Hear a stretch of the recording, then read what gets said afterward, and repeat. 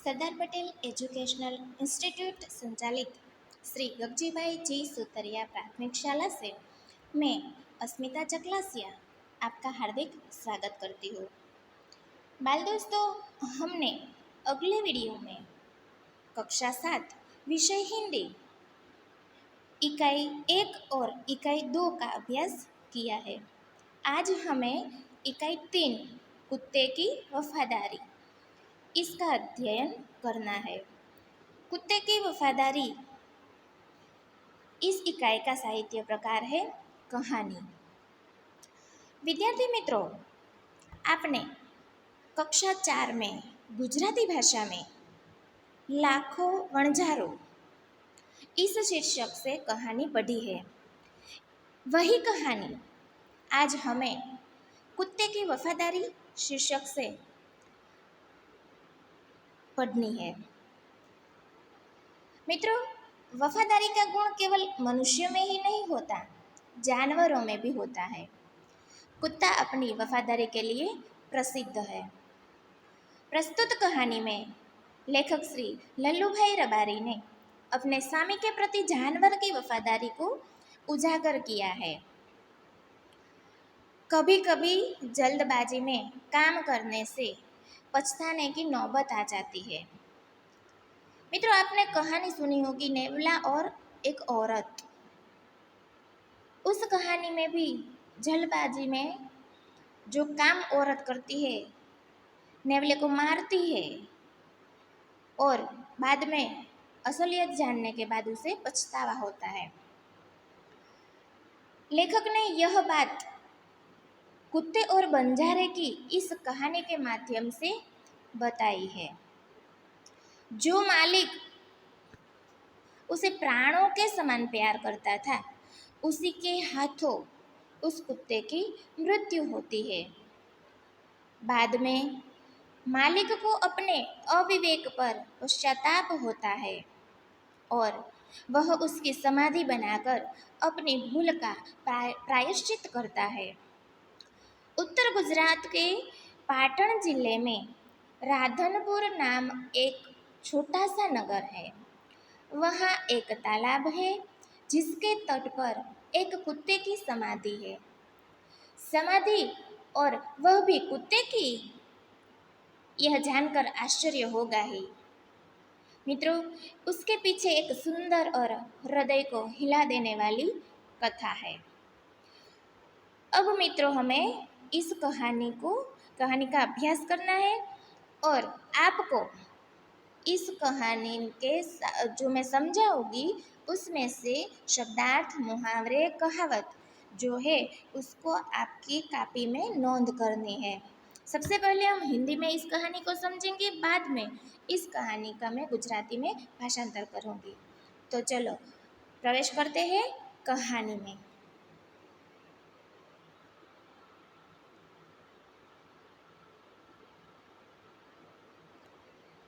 पुराने जमाने में व्यापार का सामान लाने ले जाने का काम बंजारे करते थे। मित्रों, ये बंजारा शब्द है, उसकी नोंद करनी है। बंजारा यानी एक घुमक्कड़ जाति, गुजराती में समझे तो वणझारानाथ। એ વણઝારાનાથ છે એ પોતાનો માલ સામાન જે છે, પોતાનું ઘર વખરી એ શહેર શહેર ગામ ગામ ફરે છે અને ત્યાં પડાવ નાખીને રહેતા હોય છે, એ બંજારા। एक बंजारा था, वह अपने ऊँटों पर गांवों का माल सामान लाद कर शहरों में ले जाता था और वहां से मिश्री, गुड़, मसाले आदि भरकर गांवों तक ले आता था। मिश्री यानी चीनी, शक्कर। लाखों का व्यापार था उसका, इसलिए लोग उसे लाखा बंजारा कहते थे।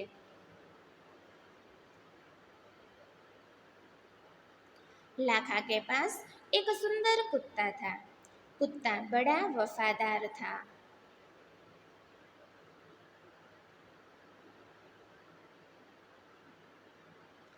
रात को वह बंजारे के पड़ाव की रखवाली करता था।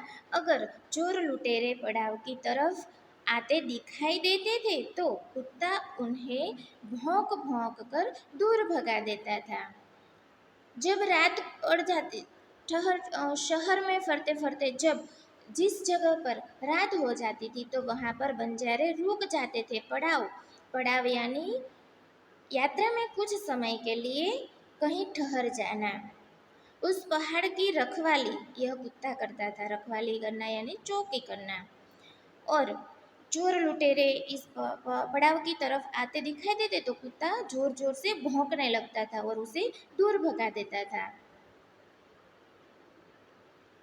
बंजारा अपने कुत्ते की वफादारी से बहुत खुश था। एक बार बंजारा व्यापार में मार खा गया और रुपयों की जरूरत आ पड़ी। वह रांधनपुर के एक सेठ के पास पहुंचा। उसने अपनी बात बताई। मित्रों, मार खा जाना यह मुहावरा है। उसका अर्थ है नुकसान हो जाना। एक बार बंजारे को व्यापार में बड़ा नुकसान हो गया, रुपयों की जरूरत हो गई, तो वह रांधनपुर के एक सेठ के पास जाकर उसने अपनी सारी बात बताई। सेठ ने कहा, रुपये तो मैं दे दूंगा, मगर उसके बदले में तुम क्या गिरवी रखोगे?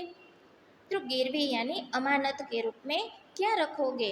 पैसे तो मैं दूंगा, लेकिन उसके बदले में तुम मुझे क्या दोगे? गिरवी क्या रखोगे?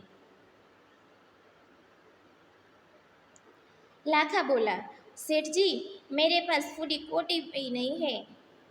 मैंने व्यापार में सब कुछ खो दिया है।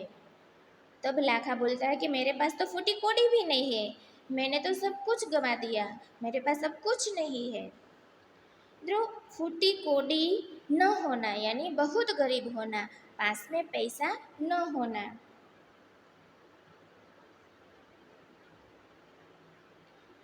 लाखा कहता है, मेरी जबान पर विश्वास रखें और मुझे रुपये दे दीजिए। मैं आपकी पूरी रकम सूद समेत 1 साल में ही चुका दूंगा।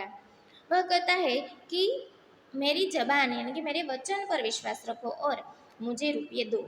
मैं आपकी पूरी रकम सूद यानी कि ब्याज समेत यानी कि सहित, मैं ब्याज सहित आपको आपकी पूरी रकम लौटा दूंगा। सेठ बोले, कोई बात नहीं, तुम्हारे पास यह कुत्ता है तो तुम इसे ही जमानत के रूप में दे दो।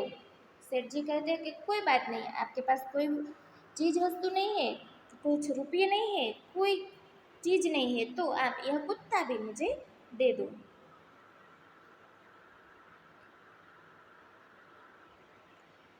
जब तुम सारे रुपये लौटा दोगे तब मैं भी कुत्ता तुम्हें वापस दे दूंगा। सेठ जी कहते कि जब तुम मुझे रुपये लौटा दोगे तब यह कुत्ता मैं आपको वापस दे दूंगा। बंजारे को दुख तो बहुत हुआ अपने कुत्ते को देने में, मगर कोई चारा नहीं था। रुपये लेकर वह चला गया। लाखा को बहुत दुख हुआ अपने कुत्ते को, प्राणों से भी प्यारा कुत्ता जो था उसका, उसे सेठ को देने में, लेकिन कोई चारा नहीं था। क्या करे?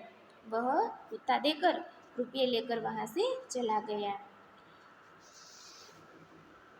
मुहावरा है, कोई चारा न होना यानी कि कोई उपाय न होना, कोई रास्ता न होना। कुछ दिन बीते। एक बार सेठ के यहाँ चोरी हुई। कुत्ते ने चोरों का पीछा किया। दूर जंगल में जाकर चोरों ने सारा माल सामान जमीन में गाड़ दिया और वहां से 9-11 हो गए। दूर जंगल में चोरों ने जो चोरी किया हुआ था वो सारा माल जंगल में जाकर जमीन में गाड़ दिया और वह लोग वहां से 9-2-11 हो जाना यानी कि भाग जाना, वह वहां से भाग गए। कुत्ता वहां भौंक भौंक कर सेठ को बताने लगा कि लुटेरे आपकी दुकान को तोड़कर माल उठा ले गए हैं। कुत्ता जो है वह सेठ को बताने लगा, भौंकने लगा। कि चोरों ने आपकी दुकान का सारा माल जो है वो चुरा लिया है। सेठ तो हक्का बक्का ही रह गए। कुत्ता सेठ की धोती पकड़कर आगे खींचने लगा। सेठ तो हक्का बक्का रह गए। हक्का बक्का रह जाना यानी चकित हो जाना।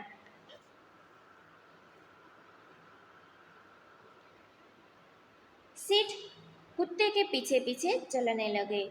जहाँ चोरों ने माल छिपाया था वहां जाकर कुत्ता अपने पैरों से मिट्टी खोदने लगा। कुत्ता सेठ को लेकर जाने लगा, चलने लगा। सेठ उसके पीछे पीछे चलने लगे। कहाँ ले गया कुत्ता? जहाँ चोरों ने माल छिपाया था। और वहां जाकर क्या किया कुत्ते ने? पैरों से मिट्टी खोदने लगा। थोड़ी थोड़ा ही खोदने पर सब सामान निकल आया। सेठ की खुशी का कोई पार नहीं था। वह कुत्ते को प्रेम से थपथपाने लगे। कुत्ते ने थोड़ा ही खोदा तो उसमें से सारा सामान है निकला। और सेठ की तो खुशी का कोई पार न रहा। खुशी का पार न रहना यानी बहुत खुश होना। और वह प्रेम से कुत्ते को थपथपाने लगे।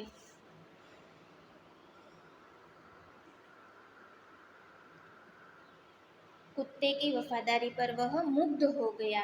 सेठ जो है वो कुत्ते की वफादारी पर मुग्ध हो गया।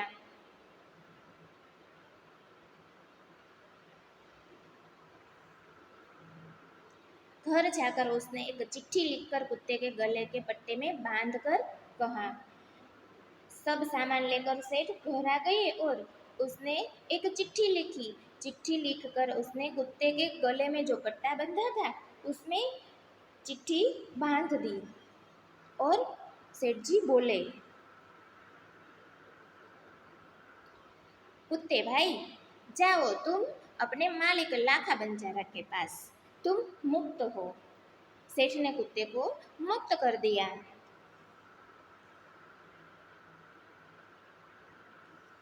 कुत्ता खुश हो गया और अपने मालिक से मिलने के लिए जल्दी जल्दी भागने लगा।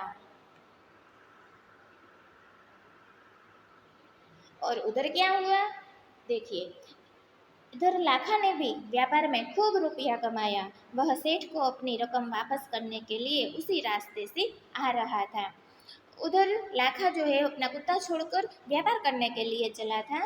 वो लाखा ने व्यापार में अब खूब रुपया कमा लिया और वह सेठ के पास उसकी रकम वापस देने के लिए आ रहा था। और इधर से कुत्ता लाखा के पास जा रहा था।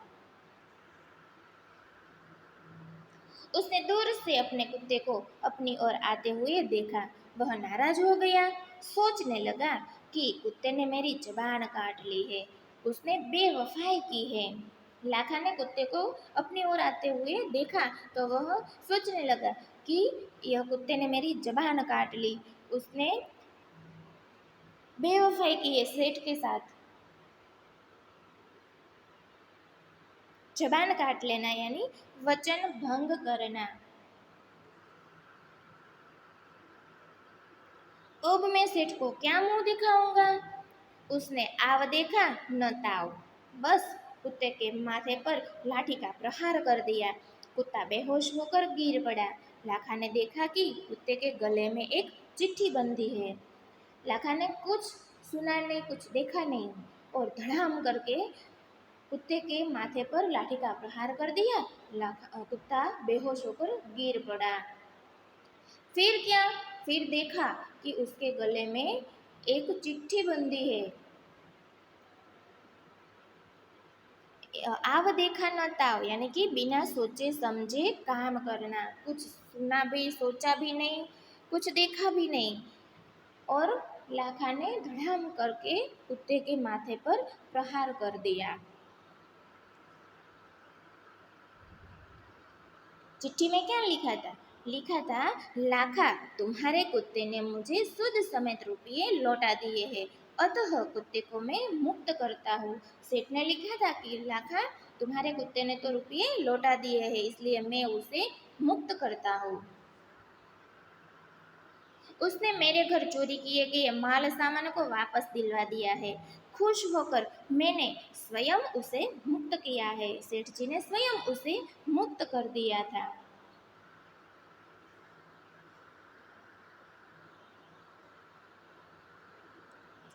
लाखा तो चकित हो गया, वह चिल्लाने लगा, हाय यह मैंने क्या कर दिया, हाय यह मैंने क्या कर दिया। अब लाखा चिल्लाने लगा, रोने लगा। वह कुत्ते के शव को अपनी गोद में लेकर फूट फूट कर रोने लगा, लेकिन अब पछताए होत क्या, जब चिड़िया चुग गई खेत। अब लाखा चिट्ठी पढ़कर फूट फूट कर रोने लगा। कुत्ते का शव जो है वो अपनी गोदी में लेकर जोर जोर से रोने लगा।